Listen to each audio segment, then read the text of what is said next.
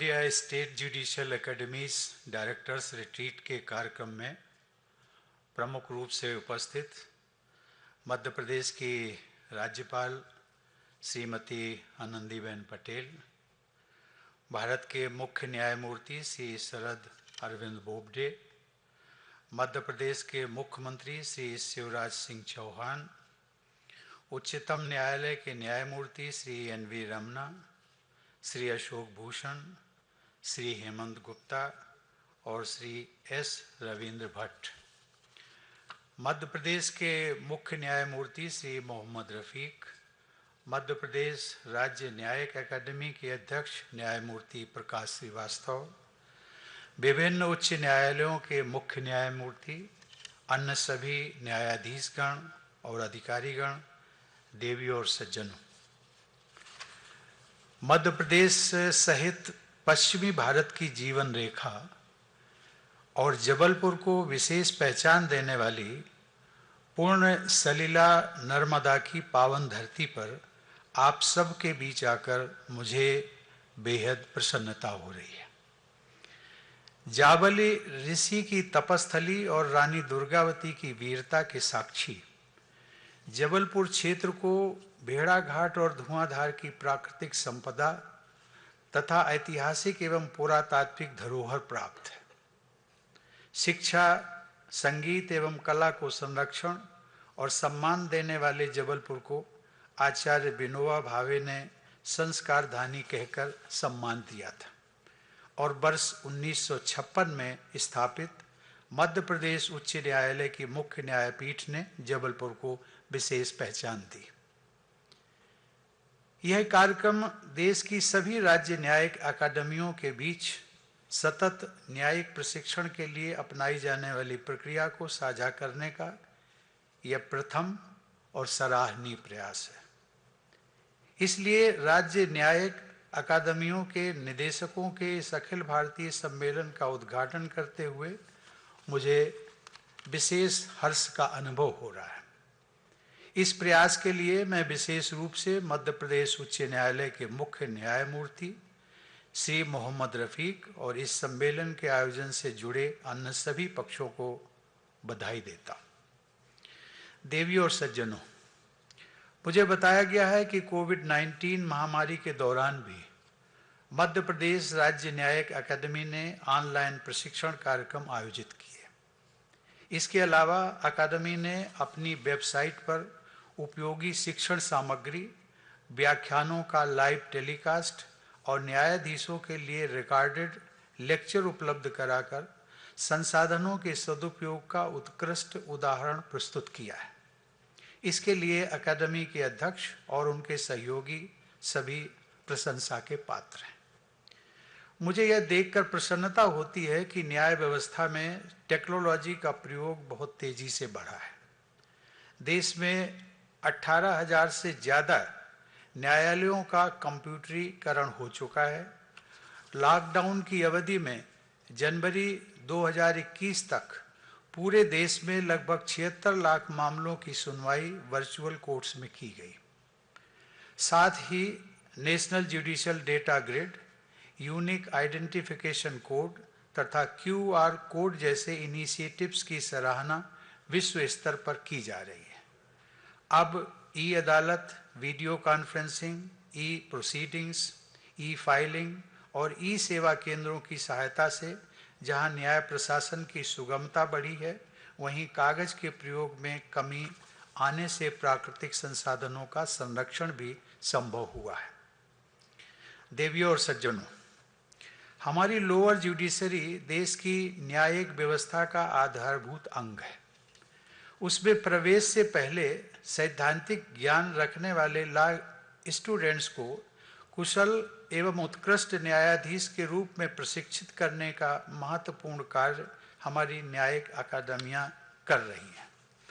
अब जरूरत है कि देश की अदालतों, विशेष रूप से जिला अदालतों में लंबित मुकदमों को शीघ्रता से निपटाने के लिए न्यायाधीशों के साथ ही अन्य जुडिशियल एवं क्वासी जुडिशियल अधिकारियों के प्रशिक्षण का दायरा भी बढ़ाया जाए। उनके बीच ज्ञान एवं सूचना के आदान प्रदान के लिए ऐसे सम्मेलनों के अलावा कोई अन्य स्थायी मंच स्थापित किया जा सकता है। निर्णय की प्रक्रिया में तेजी लाने की दृष्टि से ऐसे मंचों पर अदालतों की प्रोसेसेस और प्रोसीजर्स के सरलीकरण पर भी चर्चा की जा सकती है। इससे एक ओर जहां मुकदमों के निस्तारण में तेजी आ सकती है, वहीं न्यायिक प्रशासन से जुड़ी प्रक्रियाओं में अखिल भारतीय पर्सपेक्टिव का विकास हो सकता है। देवियों और सज्जनों, स्पीडी डिलीवरी ऑफ जस्टिस अर्थात शीघ्र न्याय प्रदान करने के लिए व्यापक न्यायिक प्रशिक्षण की जरूरत के साथ साथ टेक्नोलॉजी के अधिकाधिक प्रयोग की संभावनाएं दिनों दिन बढ़ती जा रही हैं। अब मुकदमों की बढ़ती संख्या के कारण कम समय में ही मुद्दों की बारीकियों को समझना और सटीक निर्णय लेना जरूरी हो जाता है। नए नए कानूनों के लागू होने, लिटिगेशन की प्रकृति में व्यापक बदलाव आने और समय सीमा में मामलों को निपटाने की आवश्यकता ने भी न्यायाधीशों के लिए यह जरूरी बना दिया है कि वे विधि और प्रक्रियाओं को अप टू डेट ज्ञान रखें। लेकिन न्याय प्रशासन में पुस्तकीय ज्ञान के साथ साथ व्यवहार बुद्धि का प्रयोग भी अपेक्षित होता है। बृहस्पति स्मृति में कहा गया है कि केवलम शास्त्रम आश्रित न कर्तव्यो विनिर्णयः युक्तिहीने विचारे तो धर्म हानि प्रजायते, अर्थात केवल कानून की किताबों व पोथियों मात्र के अध्ययन के आधार पर निर्णय देना उचित नहीं होता। इसके लिए युक्ति का, विवेक का सहारा लिया जाना चाहिए, अन्यथा न्याय की हानि या अन्याय की संभावना होती है। देवियों और सज्जनों, न्यायिक अकादमियों में भविष्य के न्यायाधीश तैयार होते हैं। पहले दिन से ही उन पर नागरिकों के जीवन, स्वतंत्रता, संपत्ति और गरिमा की रक्षा के प्रश्नों पर निर्णय लेने की जिम्मेदारी आ जाती है। उन्हें विधि के शासन को बनाए रखने के प्रश्नों पर भी निर्णय लेने होते हैं। नई नई स्थितियों से समझबूझ के साथ निपटना होता है। इसलिए न्याय के आसन पर बैठने वाले व्यक्ति में समय के अनुसार परिवर्तन को स्वीकार करने, परस्पर विरोधी विचारों या सिद्धांतों में संतुलन स्थापित करने और मानवीय मूल्यों की रक्षा करने की समावेशी भावना होनी चाहिए। न्यायाधीश को किसी भी व्यक्ति, संस्था और विचारधारा के प्रति किसी भी प्रकार के पूर्वाग्रह तथा पूर्व संचित धारणाओं से सर्वथा मुक्त होना चाहिए। न्याय करने वाले व्यक्ति का निजी आचरण भी मर्यादित, संयमित, संदेह से परे और न्याय की प्रतिष्ठा बढ़ाने वाला होना चाहिए। देवी और सज्जनों, हम भारत के लोगों की न्यायपालिका से बहुत अपेक्षाएं। समाज न्यायाधीशों से ज्ञानवान, विवेकवान, शीलवान, मतिमान और निष्पक्ष होने की अपेक्षा करता है।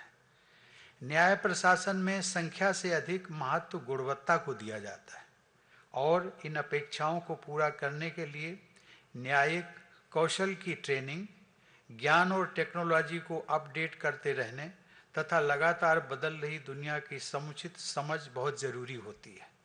इस प्रकार इंडक्शन लेवल और इन सर्विस ट्रेनिंग के माध्यम से इन अपेक्षाओं को पूरा करने में राज्य न्यायिक अकादमियों की भूमिका अति महत्वपूर्ण हो जाती है। मैं इसे अपना सौभाग्य मानता हूं कि मुझे राज्य के तीनों अंगों अर्थात विधायिका, कार्यपालिका और न्यायपालिका से जुड़कर देश की सेवा करने का अवसर मिला। एक अधिवक्ता के रूप में गरीबों के लिए न्याय सुलभ कराने के कतिपय प्रयास करने का संतोष भी मुझे है। उस दौरान मैंने ये भी अनुभव किया था कि भाषाई सीमाओं के कारण वादियों प्रतिवादियों को अपने ही मामले में चल रही कार्रवाई तथा सुनाए गए निर्णय को समझने के लिए संघर्ष करना होता है। मुझे बहुत प्रसन्नता हुई जब मेरे विनम्र सुझाव पर सुप्रीम कोर्ट ने इस दिशा में कार्य करते हुए अपने निर्णयों का अनुवाद वर्तमान में 9 भारतीय भाषाओं में उपलब्ध कराया। कुछ उच्च न्यायालय भी स्थानीय भाषा में निर्णयों का अनुवाद करने लगे। मैं इस प्रयास से जुड़े सभी लोगों को हार्दिक बधाई देता हूं। लेकिन अब मेरी अपेक्षाएं कुछ और बढ़ गई हैं। मैं चाहता हूं कि सभी उच्च न्यायालय अपने अपने प्रदेश की अधिकृत भाषा में, जिसको हम लोकल या रीजनल लैंग्वेज भी कह सकते हैं, जनजीवन के महत्वपूर्ण पक्षों से जुड़े निर्णयों का प्रमाणित अनुवाद, जिस प्रकार से सुप्रीम कोर्ट में होता है, साइमल्टेनियसली उपलब्ध व प्रकाशित कराएं, ताकि हम न्याय व्यवस्था में एक बहुत ऐतिहासिक कदम हम आगे बढ़ करके एक इतिहास रच सकते हैं। देवी और सज्जनों, कहते हैं कि आज भी हर व्यक्ति का अंतिम सहारा और भरोसा न्यायपालिका ही है। देश के साधारण से साधारण नागरिक का भरोसा न्याय व्यवस्था में बनाए रखने के लिए राज्य के अंगों के रूप में हम सभी को आगे निम्न उल्लिखित बिंदुओं पर विचार करना चाहिए। जैसे शीघ्र, सुलभ और किफायती न्याय प्रदान करने की दृष्टि से टेक्नोलॉजी का प्रयोग बढ़ाने, प्रक्रिया और कागजी कार्रवाई को सरल बनाने तथा लोगों को उनकी अपनी भाषा में न्याय दिलाने के लिए हम क्या क्या कर सकते हैं। इसी प्रकार वैकल्पिक न्याय जैसे आर्बिट्रेशन, मेडिएशन, लोक अदालतों के दायरे का विस्तार और ट्राइब्यूनल्स की कार्यप्रणाली में अपेक्षित सुधार किस प्रकार किए जा सकते हैं तथा उच्च न्यायालयों तथा जिला अदालतों की प्रोसीडिंग्स में राज्य की अधिकृत भाषा के प्रयोग को और बढ़ावा किस प्रकार दिया जा सकता है तथा सरकारी मुकदमों की संख्या कम करने के लिए कौन कौन से कदम उठाए जा सकते हैं। देवी और सज्जनों, स्वाधीनता के बाद बनाए गए भारत के संविधान की उद्देशिका को हमारे संविधान की आत्मा समझा जाता है। इसमें 4 आदर्शों न्याय, स्वतंत्रता, अवसर की समानता और बंधुता की प्राप्ति कराने का संकल्प व्यक्त किया गया है। इन 4 में भी न्याय का उल्लेख सबसे पहले किया गया है। हमारी न्यायिक प्रणाली का एक प्रमुख ध्येय है कि न्याय के दरवाजे सभी लोगों के लिए खुले हों। हमारे मनीषियों ने सदियों पहले इससे भी आगे जाने अर्थात न्याय को लोगों के दरवाजे तक पहुंचाने का आदर्श हम सबके सामने रखा था। ऋषि बृहस्पति ने कहा था कि वन में विचरण करने वाले व्यक्ति के लिए वन में, योद्धाओं के लिए युद्ध शिविर में और व्यापारियों के लिए उनके कारवा में ही अदालत लगाई जानी चाहिए। देवी और सज्जनों, न्याय व्यवस्था का उद्देश्य केवल विवादों को सुलझाना नहीं बल्कि न्याय की रक्षा करने का होता है और न्याय की रक्षा का एक उपाय न्याय में होने वाले विलंब को दूर करना भी है। ऐसा नहीं है कि न्याय में विलंब केवल न्यायालय की कार्यप्रणाली या व्यवस्था की कमी से ही होता हो। वादी और प्रतिवादी हम सब लोग जानते हैं, एक रणनीति के रूप में बारंबार स्थगन का सहारा लेकर कानूनों एवं प्रक्रियाओं आदि में मौजूद लूप होल्स के आधार पर मुकदमे को लंबा खींचते रहते हैं। अदालती कार्रवाई और प्रक्रियाओं में मौजूद इन लूप होल्स का निराकरण करने में न्यायपालिका को सजग रहते हुए प्रोएक्टिव भूमिका निभानी आवश्यक हो जाती है। राष्ट्रीय एवं अंतर्राष्ट्रीय स्तर पर होने वाले इनोवेशंस को अपनाकर और बेस्ट प्रैक्टिसेस को साझा करके इस लक्ष्य को प्राप्त किया जा सकता है। मुझे विश्वास है कि 2 दिन तक चलने वाले सम्मेलन में न्यायिक प्रशासन के इन सभी पहलुओं पर गहराई से विचार विमर्श किया जाएगा और कार्रवाई के बिंदु तय किए जाएंगे। मुझे बहुत प्रसन्नता होगी यदि इन निष्कर्षों की एक प्रति राष्ट्रपति भवन को भी उपलब्ध कराई जाए। देवी और सज्जनों, अंत में न्याय के मार्ग पर आप सभी के प्रयास सफल हों, इसी शुभेच्छा के साथ मैं सम्मेलन की सफलता की कामना करता हूं। धन्यवाद। जय हिंद।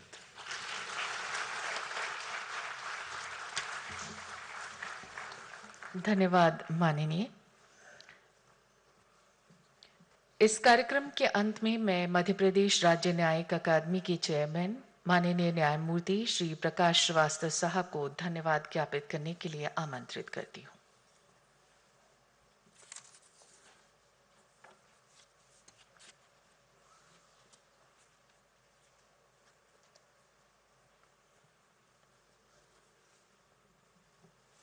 अतिथि देवो भव।